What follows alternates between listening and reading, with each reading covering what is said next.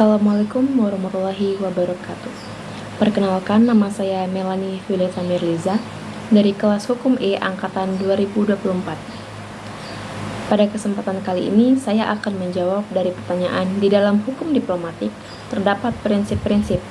Coba jelaskan secara detail prinsip-prinsip hukum yang dikenal dalam hukum diplomatik. Mengenai prinsip-prinsip hukum diplomatik yang menjadi dasar dalam hubungan antar negara di dunia internasional. Hukum diplomatik sendiri merupakan bagian dari hukum internasional yang mengatur hubungan resmi antar negara, terutama yang berkaitan dengan tugas, hak, kewajiban, serta kekebalan para perwakilan diplomatik. Peraturan ini sebagian besar tertuang dalam Konvensi Wina tentang Hubungan Diplomatik tahun 1961 yang hingga kini masih menjadi rujukan utama. Di dalam hukum diplomatik, terdapat beberapa prinsip penting yang harus dipahami. Prinsip-prinsip ini bukan hanya aturan tertulis, tetapi juga lahir dari praktik panjang dalam sejarah hubungan antar negara. 1. Prinsip persamaan kedaulatan atau sovereign equality. Prinsip pertama adalah persamaan kedaulatan antar negara. Artinya, semua negara, besar maupun kecil, maju maupun berkembang, memiliki kedudukan yang sama dalam hukum internasional. Tidak ada negara yang lebih tinggi kedudukannya dari negara lain. Dalam praktik diplomatik, hal ini terlihat dari perlakuan yang sama terhadap perwakilan diplomatik suatu negara. Misalnya, seorang duta besar dari negara besar seperti Amerika Serikat akan memiliki hak dan perlindungan yang sama dengan duta besar dari negara kecil di Pasifik. Prinsip ini menjamin bahwa hubungan diplomatik tidak didasarkan pada kekuasaan atau kekuatan militer, melainkan pada kedudukan yang setara di mata hukum. Yang kedua, ada prinsip non-intervensi. Prinsip kedua adalah non-intervensi. Artinya, seorang diplomat tidak boleh ikut campur dalam urusan dalam negeri negara penerima. Misi diplomatik hanya bertugas mewakili negaranya, menjaga hubungan baik, dan melaksanakan komunikasi resmi, bukan untuk mencampuri politik domestik negara lain. Misalnya, seorang duta besar tidak boleh memberikan dukungan politik terbuka kepada kelompok oposisi di negara penerima, karena hal ini dianggap melanggar prinsip non-intervensi. Bila seorang diplomat melanggar prinsip ini, negara penerima berhak menyatakan diplomat tersebut sebagai persona non grata atau orang yang tidak diinginkan dan meminta agar ia dipulangkan. Yang ketiga, yaitu prinsip kekebalan diplomatik atau diplomatic immunity. Prinsip ketiga yang sangat dikenal adalah kekebalan diplomatik. Prinsip ini memberikan perlindungan khusus bagi para diplomat, agar mereka dapat melaksanakan tugasnya tanpa rasa takut terhadap tekanan atau ancaman dari negara penerima.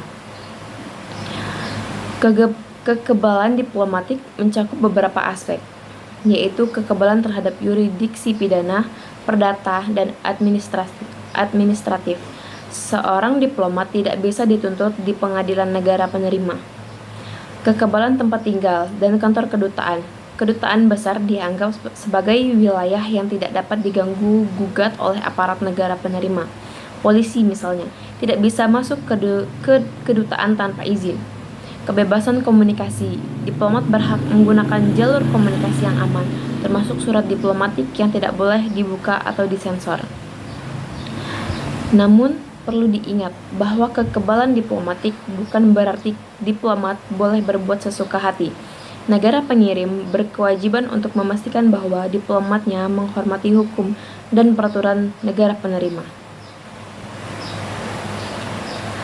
Lalu yang keempat, prinsip fungsi diplomatik. Prinsip berikut adalah fungsi diplomatik. Menurut Konvensi Wina, terdapat beberapa fungsi utama misi diplomatik, antara lain: 1. Mewakili negara pengirim di negara penerima.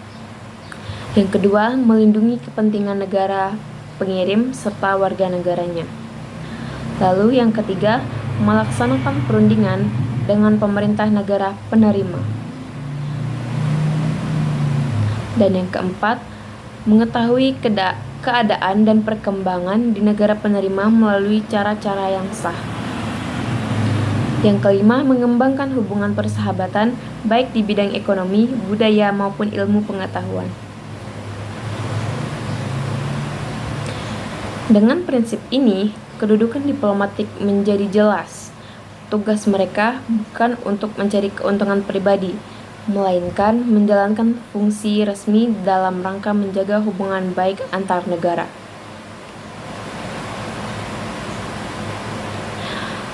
Yang kelima, prinsip timbal balik atau reciprocity. Selanjutnya, terdapat prinsip timbal balik. Prinsip ini berarti bahwa hak dan kewajiban dalam hubungan diplomatik harus bersifat seimbang antar negara pengirim dan negara penerima. Misalnya, jika suatu negara memberikan perlakuan istimewa bagi diplomat negara lain, maka negara tersebut juga mengharapkan perlakuan serupa bagi diplomatnya di luar negeri. Prinsip timbal balik ini sangat penting untuk menjaga keseimbangan dan keharmonisan hubungan diplomatik. Dan yang keenam, prinsip persona non grata. Prinsip lain yang juga penting adalah persona non grata.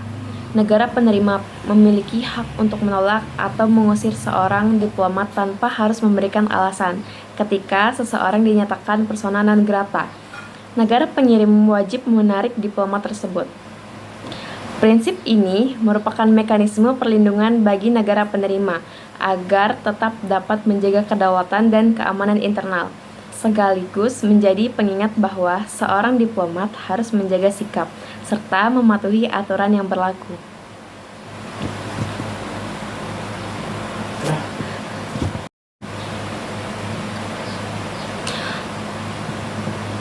Lalu yang ketujuh, prinsip perlindungan terhadap perwakilan diplomatik.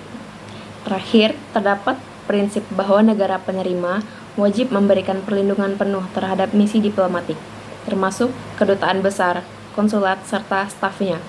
Negara penerima harus memastikan keamanan dari segala bentuk ancaman, baik demonstrasi, serangan, maupun tindakan kekerasan lainnya. Prinsip ini menjadi sangat penting karena tanpa adanya jaminan perlindungan, maka hubungan diplomatik akan sulit dijalankan.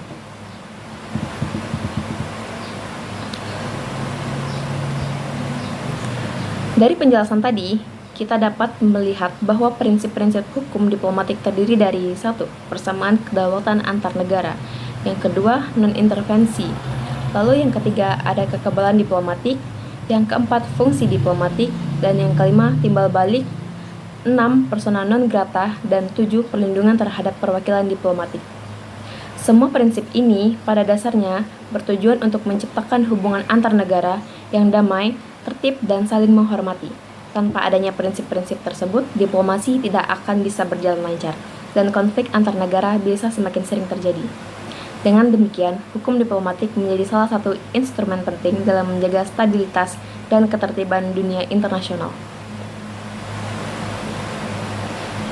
Demikian penjelasan saya, semoga dapat memberikan gambaran yang jelas mengenai prinsip-prinsip hukum diplomatik. Terima kasih. Wassalamualaikum warahmatullahi wabarakatuh.